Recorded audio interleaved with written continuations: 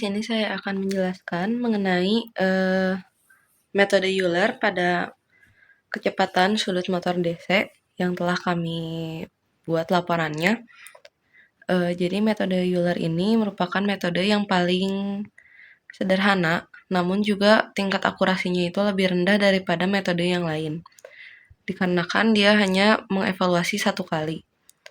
Lalu prinsip utamanya itu mendekati nilai solusi pada waktu berikutnya dengan menggunakan kemiringan atau turunan pada titik sebelumnya. Jadi dalam program ini seperti biasa dilakukan import library berupa modul Euler, lalu print solution, dan juga yang lainnya seperti NumPy dan juga Matplotlib untuk menampilkan grafiknya.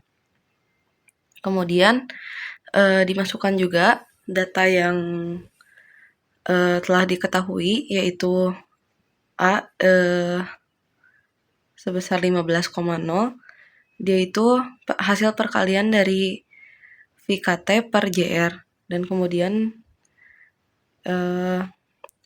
yang B sama dengan diinisialisasikan sama dengan 0,25.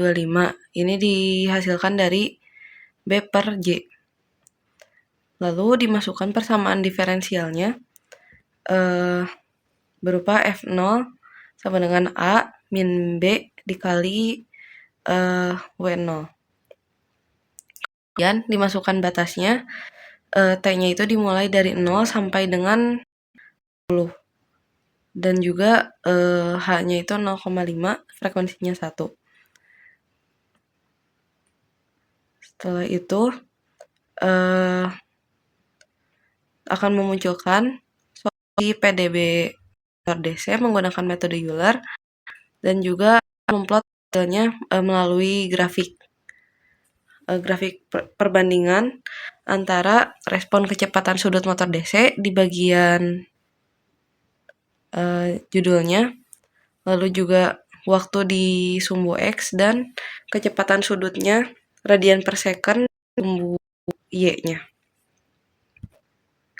Pada solusi eksak, metode Euler ini hitung rumus omega n plus 1 sama dengan omega n ditambah H dikali F dalam kurung Tn per omega n. Jadi hanya itu sebagai langkah waktu. Jadi nilai kecepatan sudut pada waktu berikutnya diperoleh dari nilai yang sebelumnya. Ditambah dengan hasil perkalian langkah waktu dengan nilai turunan tersebut. Setelah melakukan perhitungan secara eksak dan juga numerik, didapatkan hasil bahwa grafik solusi pada Euler dan juga solusi eksak itu pada awalnya mendekati solusi eksak pada solusi numerik menggunakan Euler. Namun ketika step berikutnya dia mulai tidak sesuai dengan solusi eksak, sedikit melenceng. Hal ini disebabkan karena metode Euler hanya menggunakan pendekatan linear dan juga termasuk menggunakan metode orde 1. Seperti itu. Jadi bisa disimpulkan bahwa metode Euler ini cukup baik dalam pendekatan awal dan juga untuk pembelajaran tingkat dasar kayak gitu. Baik, Assalamualaikum warahmatullahi wabarakatuh. Perkenalkan, nama saya Abimanyu Pratama Kausa Nugraha dengan NIM 12370030035. Melanjutkan dari yang sebelumnya, di sini saya akan menjelaskan kasus dari penentuan waktu yang dibutuhkan motor DC untuk mencapai 90% dari kecepatan steady state menggunakan metode numeric bisection. Nah, penjelasan yang saya akan paparkan ini setelah disusun sesuai dengan laporan yang telah dibuat, dimulai dari pemodelan sistem hingga analisis hasil yang didapat. Nah, motor DC merupakan salah satu aktuator yang banyak digunakan dalam sistem kendali. Nah, ketika motor DC diberi tegangan, maka kecepatan sudutnya tidak langsung mencapai ke nilai maksimum, tetapi meningkat secara bertahap hingga mencapai kondisi steady-nya. Nah, hal ini biasanya disebabkan karena adanya inersia dan gesekan pada sistem motor. Nah, kemudian pada kasus ini yang ingin dicari juga bukan hanya eh, nilai kecepatan saja, tetapi waktu yang dibutuhkan pada saat motor DC mencapai 90% kecepatan dari kecepatan steady state tersebut. Kemudian respon kecepatan motor DC dapat dimodelkan sebagai sistem orde 1 di mana omega terhadap waktu sama dengan omega steady state dikali 1 dikurang eksponensial eh, minus B dikali T. Kemudian di persamaan ini juga omega steady state atau omega SS adalah kecepatan maksimum motor, kemudian B itu adalah konstanta redaman sistem, dan T itu adalah waktu. Nah, mengapa menggunakan metode bisection? Karena eh, untuk mencari waktu untuk mencari kecepatan ketika motor mencapai 90%, untuk mencari waktu kecepatan ketika motor DC mencapai 90% dari kecepatan steady state, persamaan dari respon kecepatan diubah menjadi bentuk fungsi selisih, di mana eh, Ft sama dengan omega T dikurangi 0,9 dikali omega SS. Nah, ketika nilai fungsi ini sama dengan 0, berarti motor telah mencapai 90% dari kecepatan maksimumnya. Karena persamaan ini sulit diselesaikan secara aljabar, untuk T, maka digunakan metode numeric bisection untuk mencari akar fungsi tersebut. Kemudian prinsip kerja metode bisection yaitu dengan menentukan dua batas awal waktu, yaitu batas bawah dan juga batas atas, yang mengurung akar fungsi. Interval ini kemudian akan dibagi menjadi dua dan nilai fungsi dihitung pada titik tengahnya. Berdasarkan tanda nilai fungsi di titik tengah, interval yang mengandung akar dipilih dan eh, diproses ulang hingga selang interval menjadi sangat kecil dan memenuhi toleransi yang ditentukan. Jadi hasil akhirnya adalah pendekatan waktu yang sangat dekat dengan solusi sebenarnya. Kemudian di dalam program Python, parameter motor DC seperti tegangan, konstanta torsi, momentum inersia, dan lain-lain eh, didefinisikan terlebih dahulu, kemudian dihitung kecepatan steady state-nya dan juga target dari kecepatan yang akan dicari yaitu 90% dari nilai steady state. Kemudian fungsi Ft didefinisikan sesuai dengan persamaan matematika yang telah diketahui. Metode bisection dipanggil dengan memasukkan fungsi bisection tersebut beserta interval waktu awal dan juga toleransinya. Program juga akan menghitung waktu pencapaian 90% kecepatan secara numerik. Eh, Kemudian untuk hasil yang didapatkan itu didapatkan dalam bentuk grafik, di mana grafik ini merupakan grafik respon kecepatan motor terhadap waktu. Kemudian di grafik juga dapat dilihat kurva menunjukkan bahwa kecepatan motor meningkat secara eksponensial hingga mendekati kecepatan steady state-nya. Kemudian ada garis horizontal pada grafik. Eh, Bismillahirrahmanirrahim. Sebelumnya, nama saya Raka Fazil Fathah.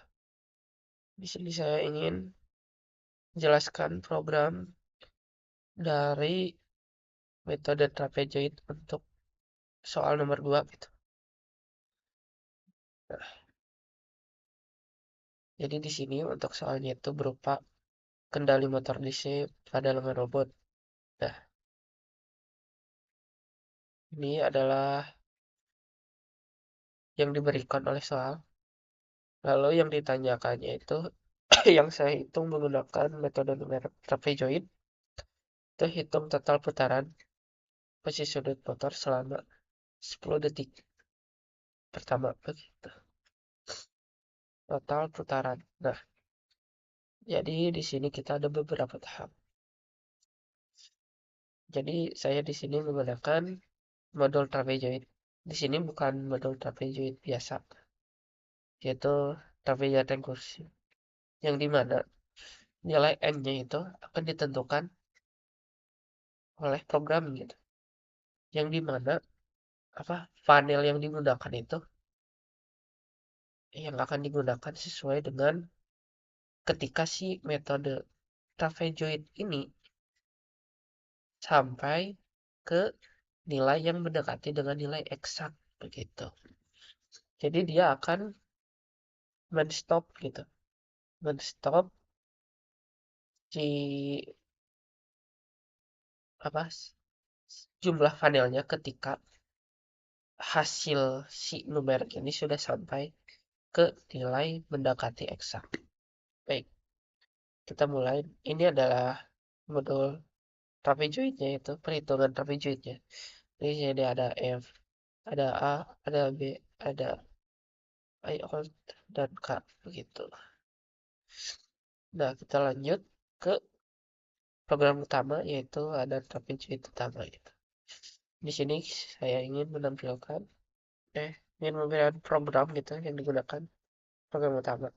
Jadi di sini ada modul matematika, ada modul yang kita buat yaitu modul trapezoid yang tadi. Terus kita import NumPy untuk array gitu. Lalu di sini ada matplotlib untuk visualisasi grafik. Yang pertama itu ada program untuk model dari motor gitu. Di sini kita ada percepatannya sebenarnya, ada TA-nya sebenarnya 0. Kita masukkan A-nya 0, lalu ada B-nya 10, lalu IO-nya 0. Nah, B-nya itu waktu ya.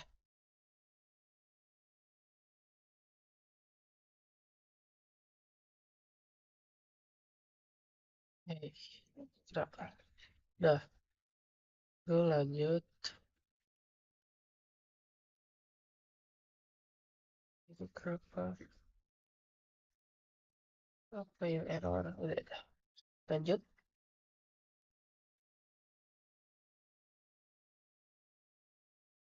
Nah, kita lanjut.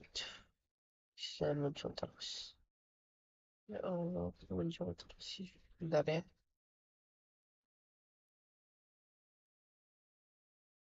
Masih terus. Dan menyebalkan aja. Nah, kita lanjut. Ini adalah program variabel untuk menyimpan data plot. Lalu,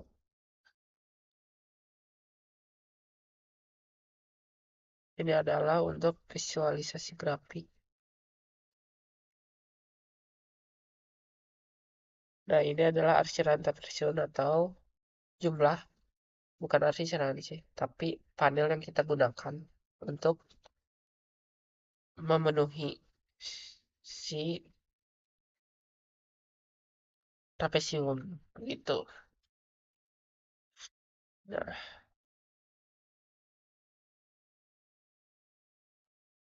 kita langsung saja running. Oh, karena lama, saya akan memperlihat hasilnya. Hasilnya itu seperti ini. Ini adalah grafik trapezoid. Nah, di sini ada grafik untuk kecepatan sudut kecepatan putaran sudut yaitu sekitar putaran yang sekitar 10 detik gitu. Putaran sudut sekitar 10 detik itu akan menghasilkan putaran sebanyak 60,43432. Kita bulatkan 32 dengan panel yang memenuhi ini dengan panel atau M yang apa ya, yang metode numerik ini untuk mendekati eksak itu sekitar 3.032.768. Nah, lalu ini adalah hasil dari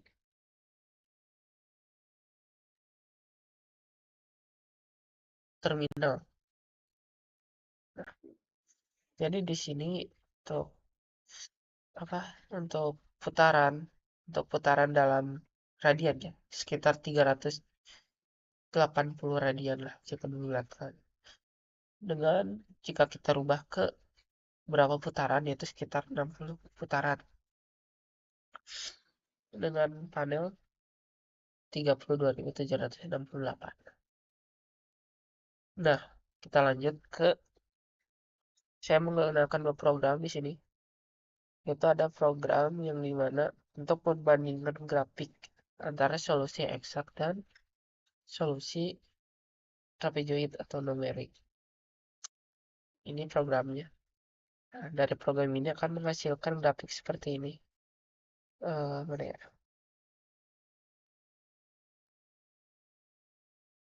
Nah, ini perbandingan grafiknya seperti ini.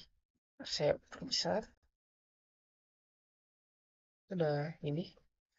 Jadi untuk pada kecepatan radian ya, pada kecepatan radian terhadap waktu, itu terlihat bahwa si eksak dan numerik itu sangat mendekati sekali gitu. Karena kita menggunakan error yang sangat kecil gitu. Nanti akan saya lihatkan untuk nilai errornya berapa. Jadi dari makna fisis yang bisa kita ambil gitu dari kedua grafik ini. Yang ini ada putaran radian terhadap detik gitu. Ini untuk putaran jumlah putarannya.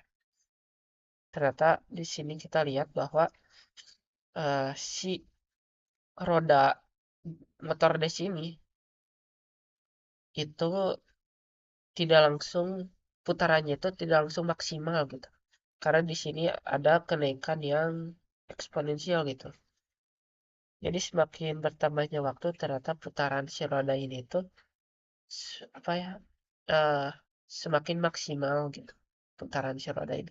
Jadi ketika awal-awal si roda berputar itu kecepatan si motor DC berputar itu belum maksimal. Jadi makna fisis yang kita ambil dari kedua grafik ini itu kita dapat melihat perbandingan antara ekses dan numerik untuk menentukan nilai kecepatan dan berapa banyak putaran roda yang berputar dengan metode numerik dan eksak ini. Nah, kita lihat hasil outputnya. Hasil output, nah hasil perbandingan ini. Nah, dari integral untuk putaran roda selama 10 detik, yaitu untuk trapezoid sekitar 379. Hanya di sini beda komanya ya di belakang ya. Beda dikit emang karena masih ada nilai errornya, yaitu nilai error sangat kecil sekali sebesar min 1,0685801 sekian radian dengan total putaran trapezoid 60,43 sekian putaran dan untuk eksak sekitar 60,43705 putaran.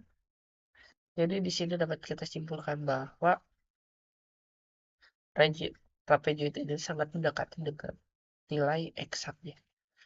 menggunakan N atau jumlah panelnya itu sekitar 32.768.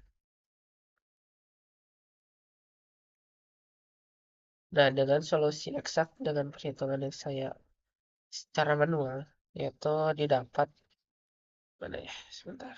Nah, kita lihat dari sini saja ya, laporan. Nah, didapat bahwa di sini juga saya bulatkan bahwa putaran yang didapat itu sekitar 60,43 putaran. Begitu.